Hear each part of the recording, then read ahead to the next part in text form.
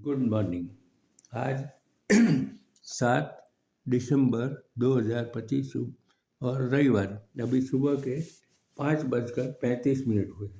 आज मेरे ग्रैंडसन वत्सल की शादी का दिन है और उसको मैंने मैसेज तो किया था और उसको, उसकी वाइफ को और वत्सल के पिता पूर्वीन भाई का जन्मदिन उनको भी मैसेज किया था। और मेरे समझी जी, मेरी बेटी के ससुर चंद्रकांत भाई की आज पुण्यतिथि है। वो 7 दिसंबर 2017 में गुजर गए थे। और मैंने सुबह बताया, वीडियो बनाया था यूट्यूब पर नहीं, स्टेटस में रखने के लिए कि तकदीर के अलम से कोई बच न पाएगा, पेशानी पे लिखा है वही पेश आएगा।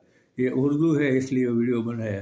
पेशानी यानी कपार, नसीब, और यहाँ नसीब होता है, यहाँ कपार होता है। और मैं तो क्रिएटिव हूँ, हर तरह की एक्टिंग कर सकता हूँ, हर तरह के गीत गा सकता हूँ, मस्ती करता हूँ। लोगों को लगता है कि ये पागल है, लेकिन मैं पागल नहीं हूँ। मैं क्रिएटिव हूँ, हर तरह की बातें कर सकता हूँ, सीरियस भी बन सकता हूँ।